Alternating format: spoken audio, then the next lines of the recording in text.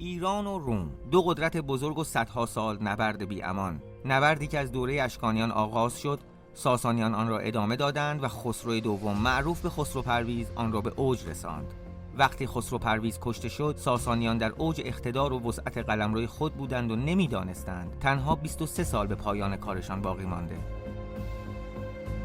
حکومت کسی را لازم داشت تا اوضاع فاسد دربار را سامان داده، وضع معیشتی مردم را بهبود دهد و با انعقاد یک صلح با دوام بین ایران و روم، شرق و غرب جهان را آشتی داده تنش را از بین ببرد. این همان رویه‌ای بود که نخستین پادشاه زن در ایران پی گرفت. بوران، دختر خسرو پرویز معروف به پوراندخت. بهتر است پیش از آن که به حکومت او برسیم، پیشینه به قدرت رسیدنش را مرور کنیم. 700 سال از آغاز جنگ ایران و روم می‌گذشت که شیرویه پسر پادشاه خسرو پرویز را به قتل رساند و خود با نام قباد دوم به تخت نشست. مرگ خسرو مرگ آخرین شاه مقتدر ساسانی بود. او ایران را به قدرتی بزرگ تبدیل کرده بود، اما با طرد سرداران نامی و زیاد کردن مالیات بر مردم و به خصوص تداوم جنگ با روم، ایران را دچار مشکلات بسیاری کرده بود. مشکلاتی که پس از مرگش برای کسانی باقی ماند که نه سلطنت می‌دانستند و نه سیاست. قباد دوم بی‌رحم‌تر از پدرش بود. او تمام برادرانش را کشت تا مدعی برای تاج و تختش نماند. اما حکومتش فقط به چند ماه رسید. طاعون هولناکی که ایران را در بر گرفته بود، جان او را هم گرفت. اردشیر سوم پسر 7 ساله و جانشین او را شهربراز فرمانده مقتدر خسرو پرویز به زیر کشید و شهربراز را هم فرخ هرمزد، یکی دیگر از فرماندهان خسرو شاه، کشت. نزدیک به 2 سال از مرگ خسرو پرویز می‌گذشت و اوضاع داخلی آشفته بود. شاهنشاهی به ورطه سقوط می‌رفت و جانشینی هم برای سلطنت نمانده بود.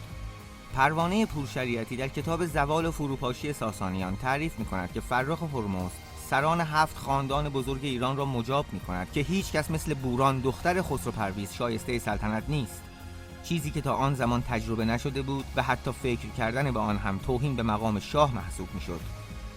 هرچه بود، به قول آرتور کریستنسن ایران شناس، هم سران 7 خاندان ایرانی او را پذیرفتند و هم موبدان همراهیش کردند.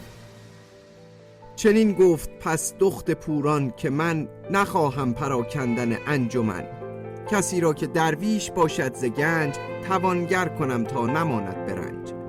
مبادا ز گیتی کسی مستمند، که از درد او بر من آید گزند. ز کشور کنم دور بدخواه را، برآیین شاهان کنم گاه را. فردوسی از قول پوراندخت این ابیات را سروده. می‌دانیم که بوران در سخت‌ترین دوران ممکن به سلطنت ساسانیان رسید. تنش با روم زیاد شده بود و زندگی مردم به سختی می‌گذشت. از طرفی پدرش خسرو پرویز حکومت لخمیان را که حائل میان قبایل عربستان با ایران بودند از بین برده بود و حالا مرزهای جنوب غرب ساسانیان زیر تاخت و تاز این قبایل قرار داشت. بلعمی در تاریخ مشهور خود نوشته: پس چون توراندخت در ملک بنشست، عدل و داد کرد و جور و ستم برگرفت و آن مرد که شهربراز را کشته بود بخواند و او را وزیری بداد. بوران فقط 1 سال بر تخت نشست و در همین 1 سال هم توانست با کم کردن مالیات قدمی برای وضع معیشتی مردم بردارد. اما همان کسی باعث برکناریش شد که او را به سلطنت رسانده بود، فرخ هرمزد که حالا وزیر پوراندخت بود. انجمن نمایندگان خاندانهای ایرانی پس از برکناری پوراندخت به شور می نشینند و این بار آذرمیدخت خواهر بوران را برای سلطنت می پذیرند. فرخ هرمزد بلافاصله پس از آن از آذرمیدخت تقاضای ازدواج می کند و پادشاه جدید هم که نمی تواند جواب رد را مستقیم بدهد، تصمیم به حذف او از صحنه می گیرد. مرگ فرخ هرمزد باعث طغیان پسرش رستم فرخزاد می شود و خلع آذرمیدخت از سلطنت و کور کردن او. اینجاست که دوباره بوران برای دومین بار بر تخت می نشیند. به گفته پروانه پورشریعتی، بوران که بار اول توانسته بود کمی مشکلات مردم را با گرفتن مالیات کمتر و بازسازی شهرها کاهش دهد، این بار دست به کار بزرگی زد.